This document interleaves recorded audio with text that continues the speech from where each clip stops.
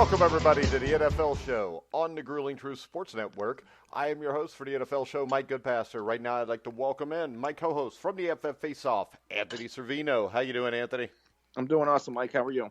All right, so you're the guy I noticed, a Cowboys fan. Is Jason Garrett going to continue to be the head coach of the Dallas Cowboys? It's certainly starting to look like that, right? I mean, they had their third meeting today. There's no resolution. There's only one of two options. They're either going to give him another year, and I think if they're going to go 1 year, it has to be 2 years, so he's not sitting on another lame duck, situation, or they're going to let his contract run out, which is supposed to happen on the 14th of January. Yeah, but what's the difference between letting it run out and firing his ass right now? I think it's a courtesy thing. But the courtesy thing, to me, if you're being courteous to him, do you string him along with 3 meetings? Because what could you possibly do you think that about? He doesn't know? Like, do you think Jason Garrett doesn't know that he just lives in the stadium in a cage? He sees the writing on the wall. He sees the media. He knows the pressure Jerry's under. I don't think it's stringing him along.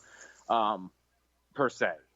How's it not stringing him along, though? Because this is the thing. If you're having 3 meetings, and Jerry let the media know about these meetings, there's no doubt. It's not like people just found out, because if Jerry wanted to meet with Jason Garrett 3 times, he could have done it without telling everybody. I think he's getting everybody ready for the big, we're going to get him a new offensive coordinator. We're going to fire all of these coaches, bring all these new coaches in, and he's got great ideas, and we're just going to go ahead and roll with it.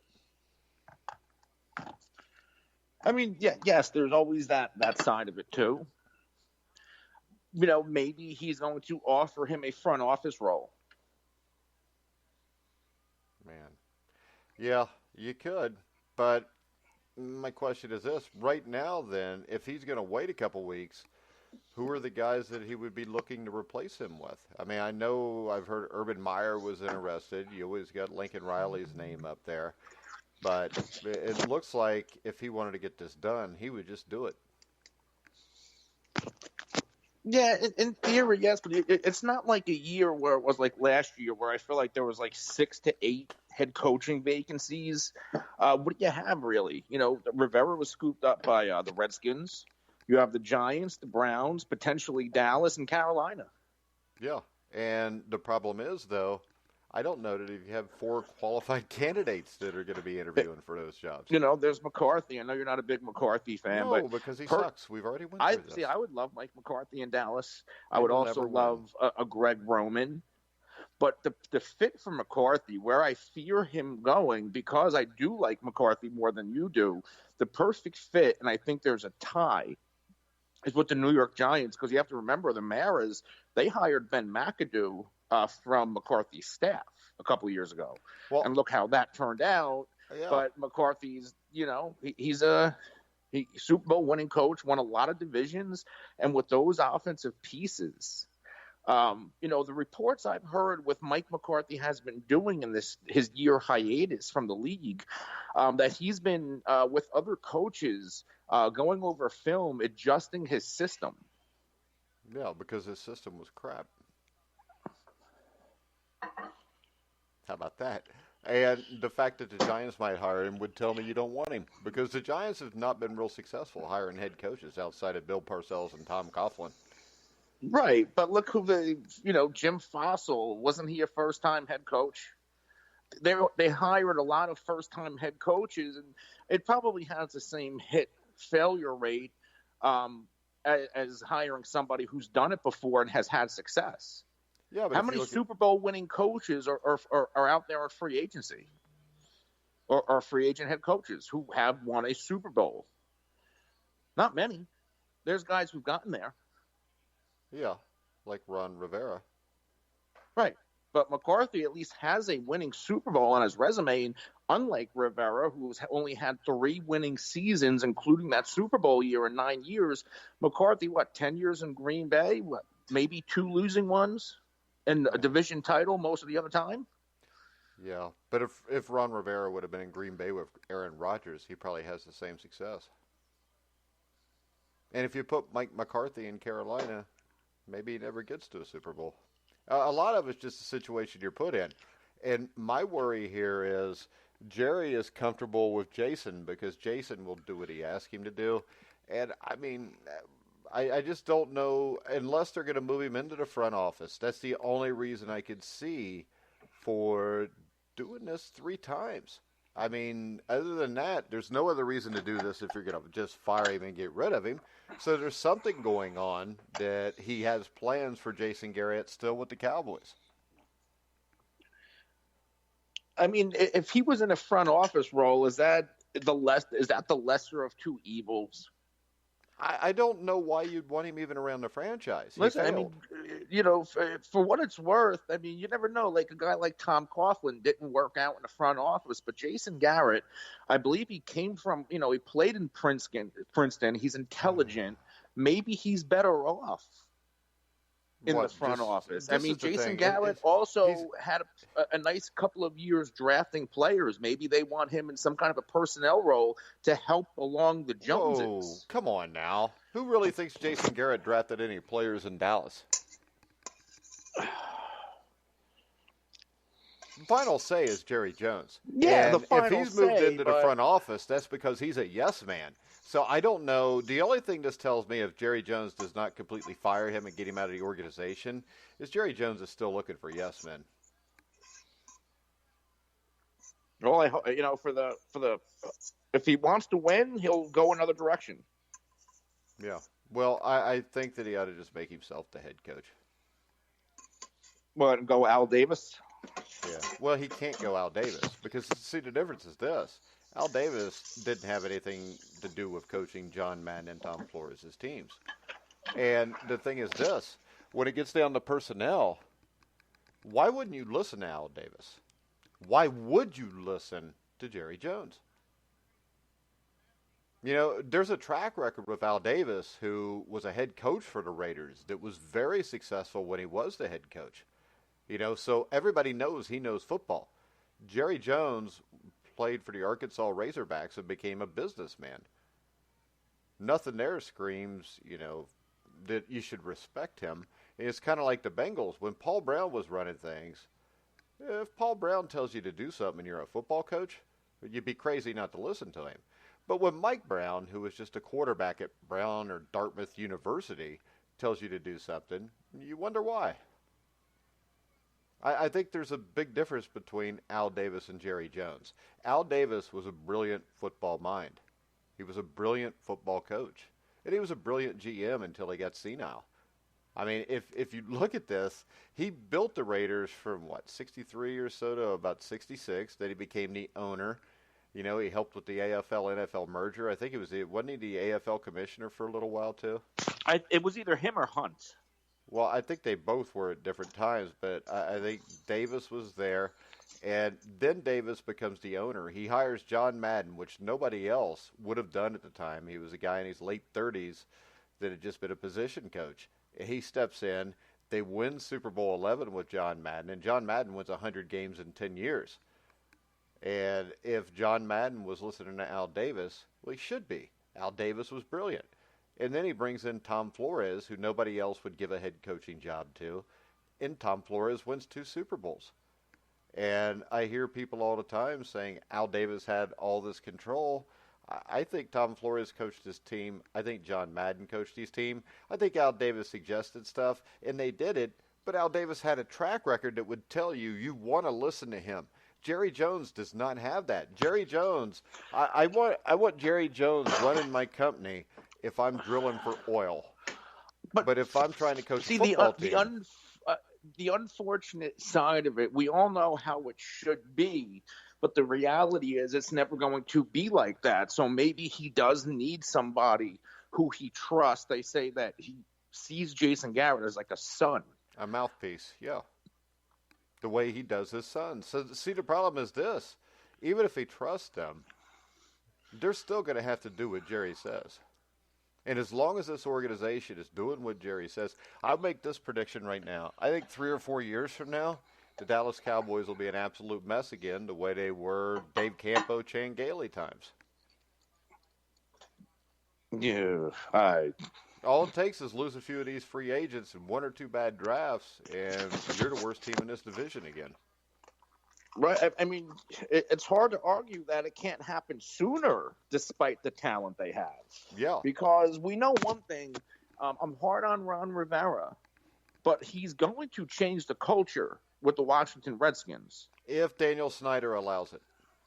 Daniel Snyder didn't let Joe Gibbs change the culture there. I mean, but isn't there a good sign that you got rid of Bruce Allen? Yeah, but that's at the least other a side. positive sign. When they had Bruce Allen, when they first hired him, they brought in Mike Shanahan. And they gave Mike Shanahan, even though he wasn't the GM, the ability to draft the players he wanted. And it didn't work out. So my question is, will Dan Snyder let Rivera do that? Or is he still going to try to control it a little bit? Because if Daniel Snyder leaves Rivera alone, he'll change the culture because it won't take much to change the culture in Washington because it's been a mess. But I don't know that Ron Rivera, and see, that's the other thing in Dallas, you have to change that culture. So to change that culture, it's got to be like when Parcells was brought in, and then Parcells took over for Jones. Jones was not happy with that. And Parcells was gone a couple years later. I feel like you're kind of hitting it home, a point that it's coming to me now and how to articulate it.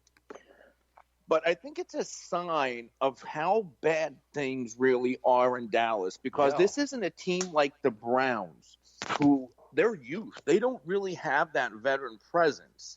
When you look at the Cowboys, Sean Lee, Jason Witten, Randall Cobb, tenured NFL veterans.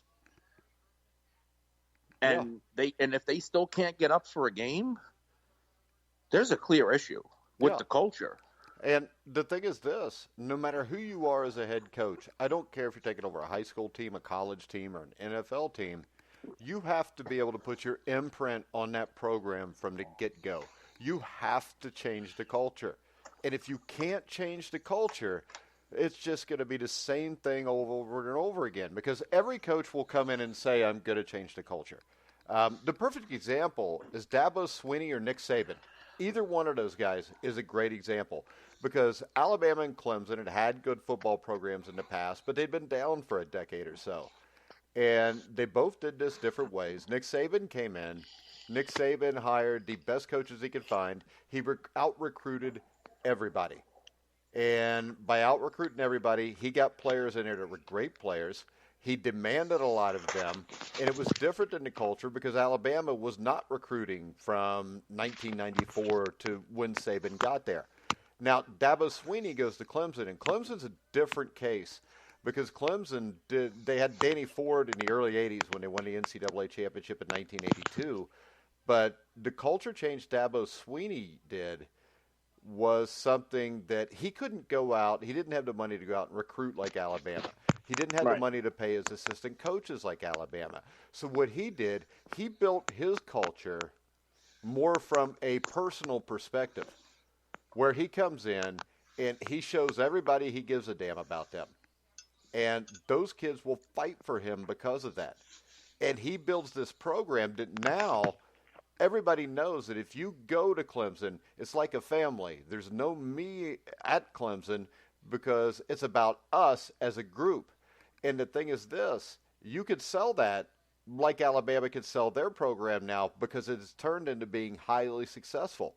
So now Clemson can out-recruit anybody, including Alabama, because it is a more personal feel when you go to Dabo Swinney. When you go to Alabama because you're going to play 2 or 3 years and you're going to end up in the NFL. You go to Clemson to be a part of something bigger than yourself, and Dabo Swinney has sold that. And you've got to sell your program one of two ways.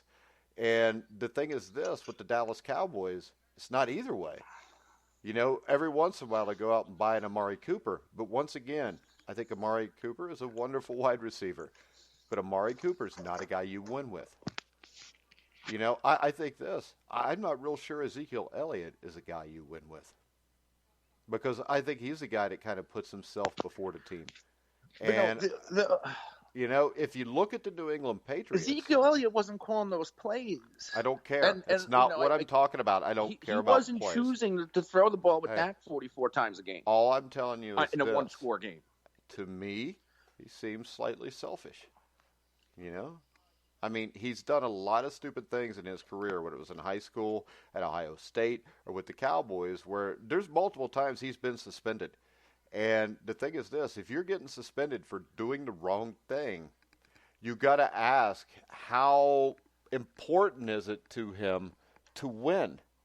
Because guys that do not put the good of the entire team before their own selfish self-interest are not guys you can win with. And I think Amari Cooper is like that. I think Ezekiel Elliott's like that. I do not think for one second Dak Prescott's like that. Why is Amari Cooper like that? I just think he's a front runner. I think when times are tough, we could go through the splits of home and away. We could go through the splits of games against teams with winning records and teams with losing records. Yeah, but that doesn't mean he's a selfish player. This is a guy who played hurt all season. He didn't ask to get out of the played hurt all season. They traded him. Wait a second. Give me one player in the NFL that didn't play hurt all season. Okay, all players are banged up. All players but he play was hurt. getting an MRI seemingly every other week. Well, good for him. And a lot of guys do. And maybe it's an excuse for him because all I know is he disappears on the biggest stages. You gave Kirk Cousins all kind of hell because what's he done in the playoffs? And he doesn't have any signature wins. What's Amari Cooper's signature game against a big-time team on a big stage? Last season he showed up a lot more than he did this year in the big games. Really. Right. So this is the thing, though. If I'm paying a guy like he's one of the best receivers in football, and when I ask you that question, and the best thing you can come up with was last year, he showed up in some games. He's not the guy. I mean, I think Amari Cooper on a really good football team as a number 2 wide receiver would be a great thing. I'm just saying this. When I look at the Dallas Cowboys, I don't see a lot of guys there you can depend on. Now, the problem is this. Can you not depend on them because they have no respect for the head coach because the owner undercuts him at every turn? Or are these guys inherently like this? Because I can tell you this. If I'm a pro football player and I'm in a situation where I know the head coach has no decision-making abilities, I'm going to go out and play for myself because I know we can't win. So how about this? If you change the culture by bringing a coach in and Jerry Jones actually lets them coach the team, you could turn this around within a week of when that guy gets there. Right. But the problem is this. You got to convince the guys that he has Jason Garrett's job. Huh?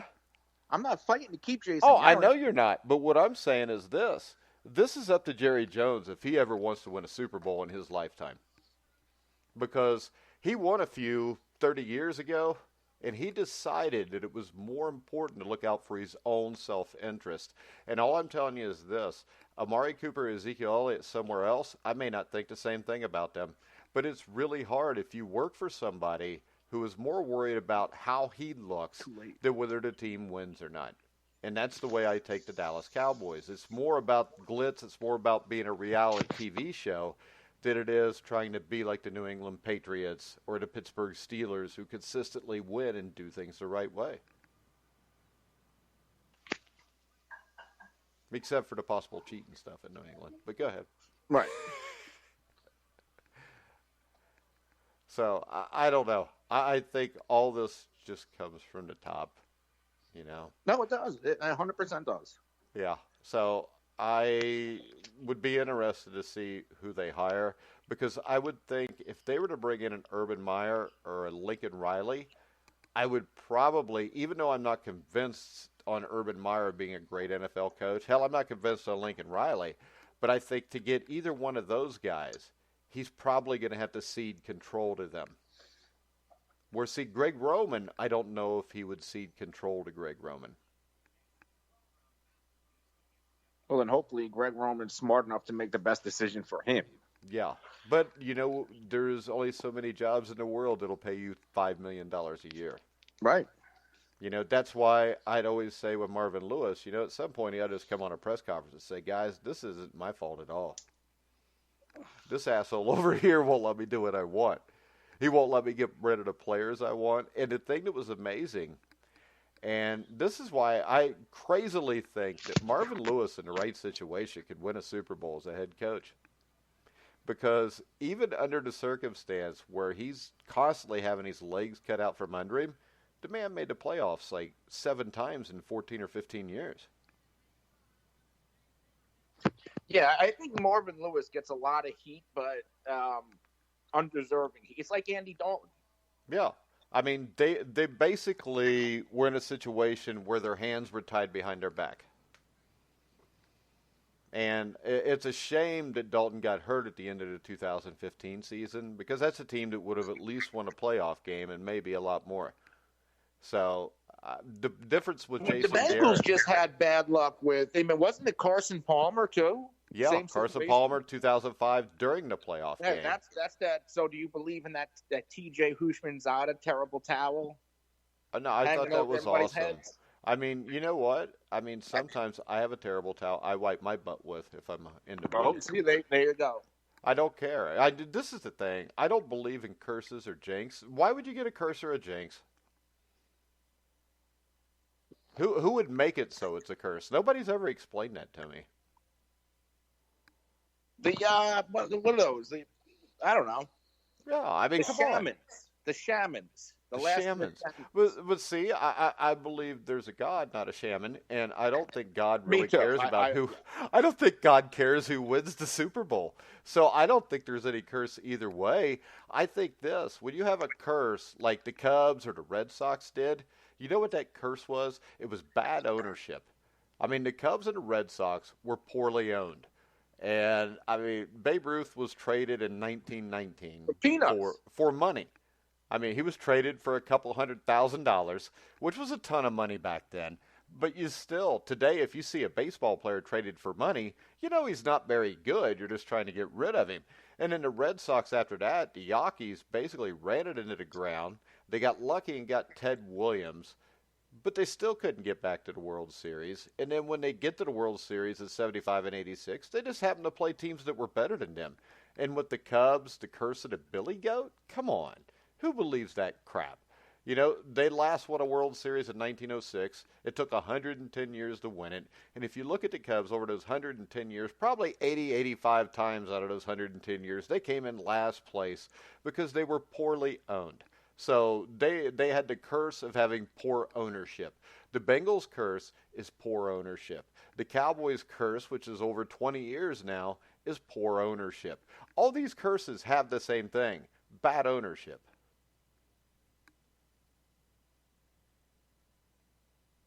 That sounds like an article. I could write that article.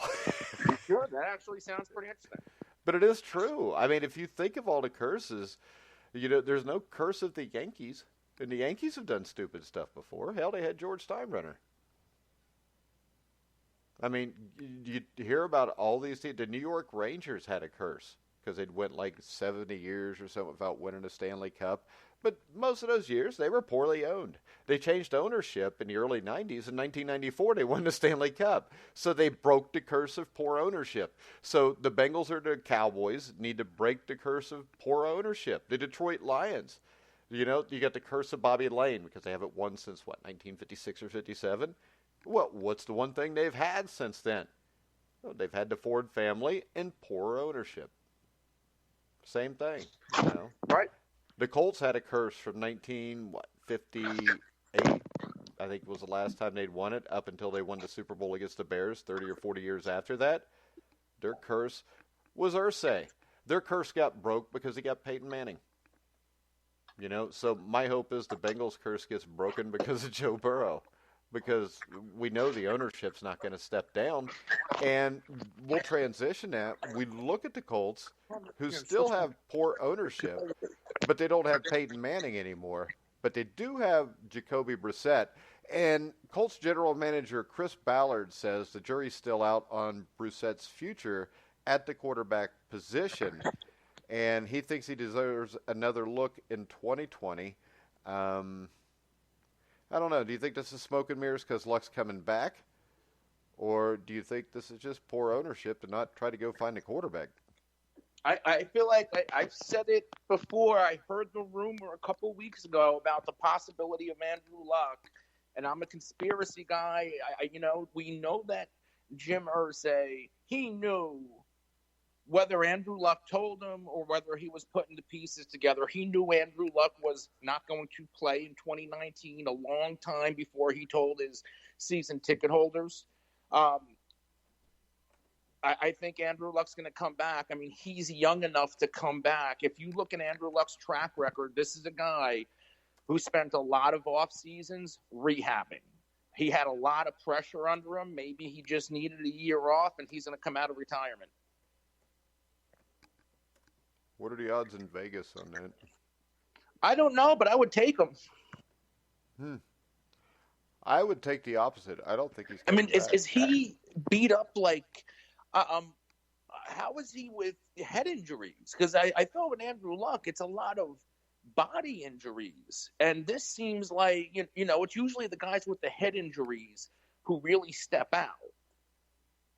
Well, he just maybe wants to heal his body, hang out with his wife, travel a little bit. But I don't see why he would need this. Mike. I don't think he comes back. I think this is a guy who, in high school, had close to a 4.0 GPA. He graduated early from Stanford University. He can make millions of dollars a year if he wants to, doing other things. I don't think he's ever coming back. I really don't. I mean, I think this also. You say that, and you forget, and he's a competitor, and what competitors have. And maybe he doesn't have that Tom Brady killer instinct. Otherwise, it's not a Tom Brady killer instinct. One thing, Tom Brady has a killer instinct. So does Andrew Luck. That's crap. Even Michael Jordan took a year off. No, Michael Jordan didn't take a year off. Michael Jordan was forced to take a year off because of the gambling and getting his dad murdered. Okay, but okay. I mean, that's pretty much a known fact in NBA circles.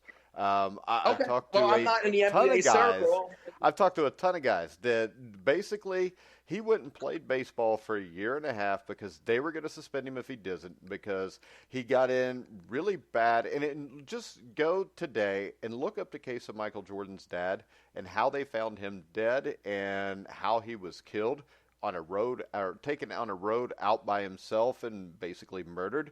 And right after that, Michael Jordan decided he was going to go play baseball. And that was because the NBA did not want to suspend the face of the NBA. They built up for his return. They got even bigger ratings. And I'm not stating it as a fact. I'm just stating it as almost anybody I know that knows anything inside the NBA tells me that this is a well-known fact, that is why Michael Jordan was no longer playing basketball for that year and a half. There's no other reason why he wouldn't have. And I think this also.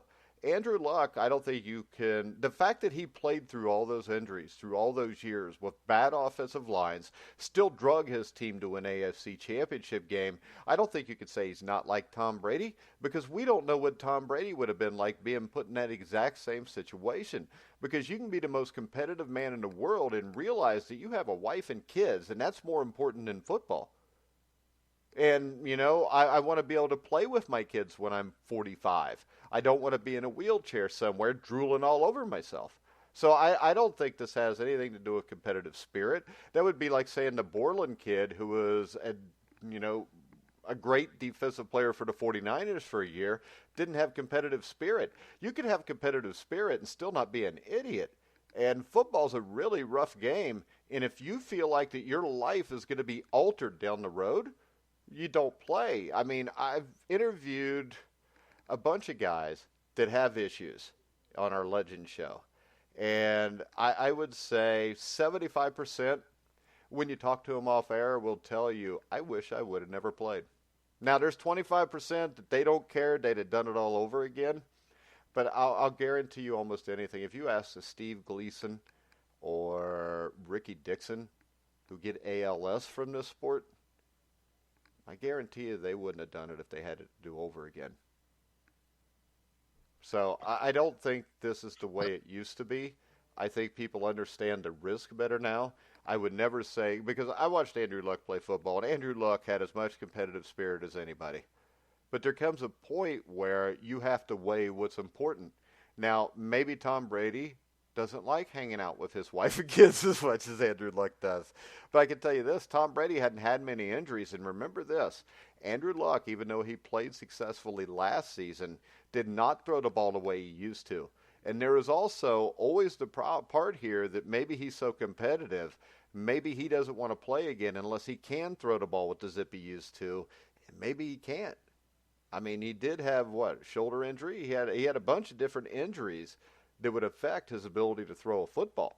So that competitive, I mean, to me, if Tom Brady all of a sudden shows up and he sucks, he's going to retire then because he's not stupid. And, it was kind of like Joe Montana.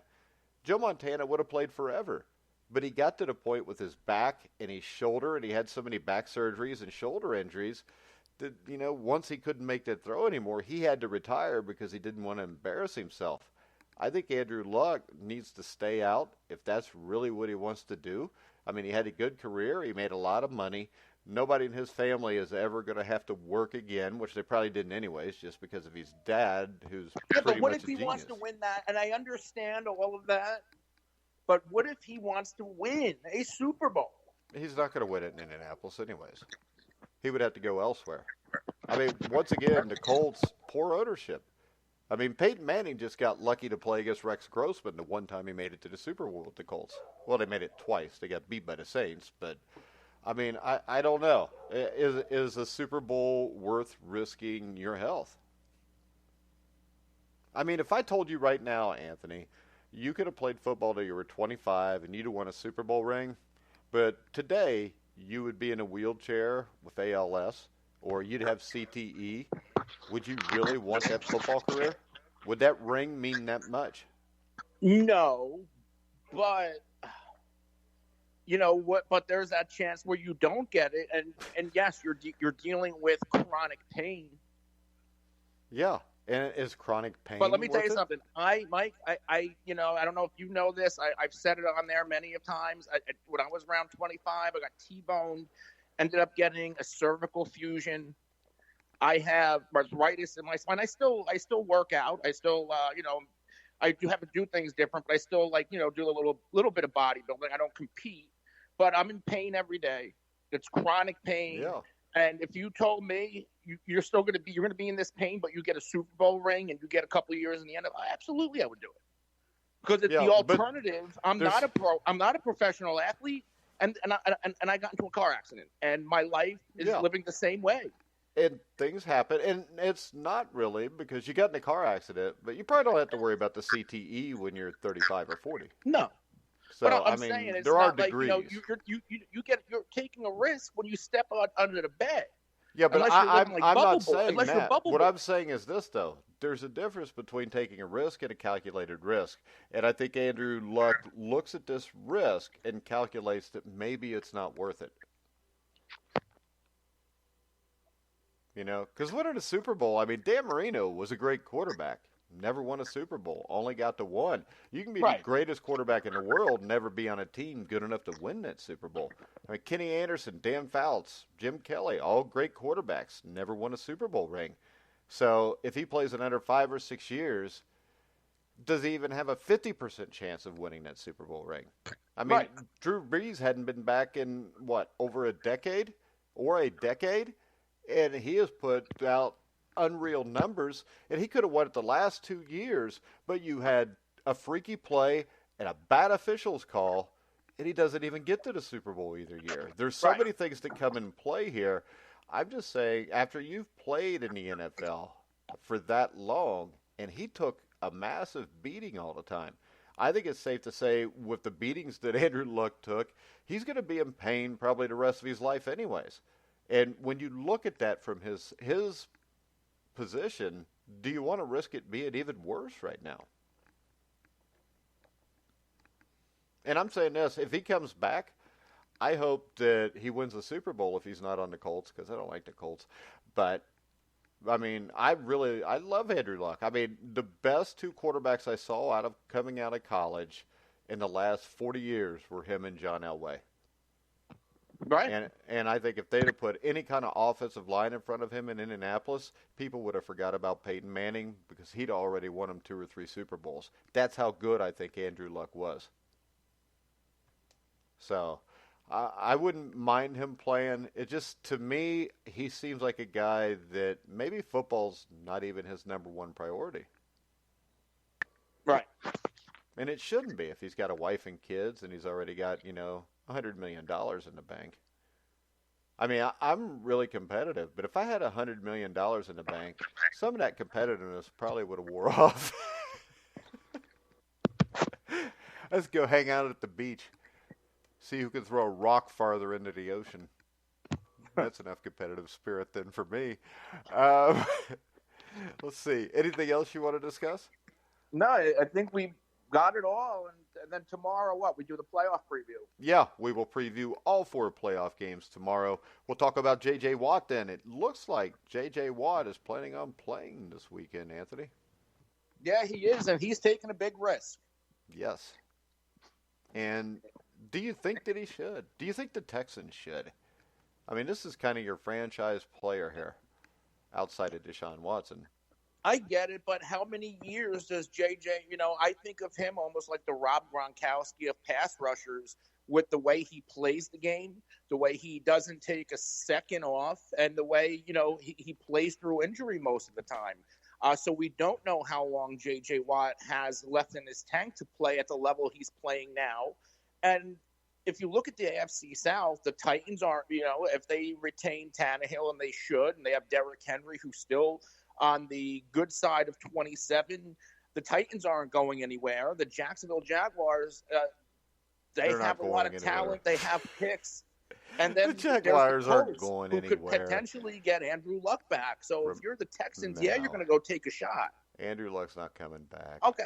And but the Jaguars have got... There's still a chance. The Jaguars are coached by Doug Marrone, so they're still going to be one of the 2 best teams. And they got Deshaun Watson, which means they're going to be in it for the next decade, I think. And I would take the risk because I think them and the Bills is a toss-up. If they were to beat the Bills, and a lot of people think the Titans are going to beat the Patriots, the Titans are what, the 6th seed? So the Titans would then go to Baltimore. You'd have Houston go to Kansas City.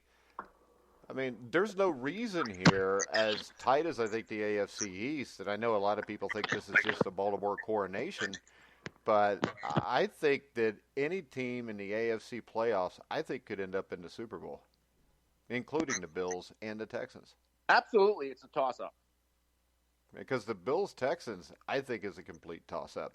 And I think the Bills and Texans, especially I think the Bills with that defense, I mean, defense travels, and Buffalo's a good road team. So I wouldn't count out Buffalo here making a Super Bowl run. I think it's a year or two premature, but I think it could happen. I don't think it will, but I think it could. Yeah, I don't disagree. Well, I mean, look at it like this. It's kind of similar to Jacksonville a couple of years ago. But Jacksonville was missing a quarterback. But, you had Bortles actually played relatively well for a playoff game, that game in Pittsburgh. And he played pretty good against New England, which kept him in it. So, I mean, if Josh Allen plays well, and I think Josh Allen is going to be a good quarterback, and that's one I think I'm going to end up being wrong on because I didn't like him coming out of college. But from watching him play, I think that the only reason he's limited right now is the talent around him at the wide receiver position.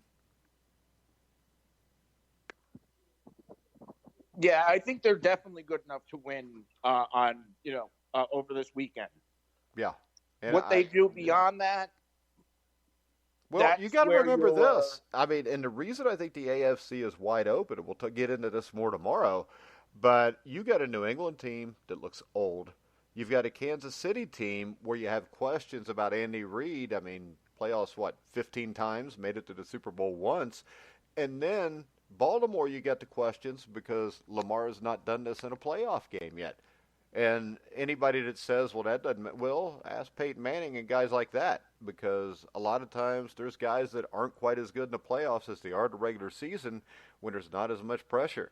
We don't know how the Ravens will react. We don't know how Andy Reid's going to react. The Patriots look old, so why couldn't any of these 4 through 6 seeds make a run here? I mean, the Texans have Deshaun Watson, who I think is a generational talent. They have the Bills, who can play defense. You got the Titans, who, if Derrick Henry is healthy, he could turn every game into about a 6-possession game at most because he's burying people running the ball down their throats. So I think the AFC is as open as it's ever been, and I think the NFC is also.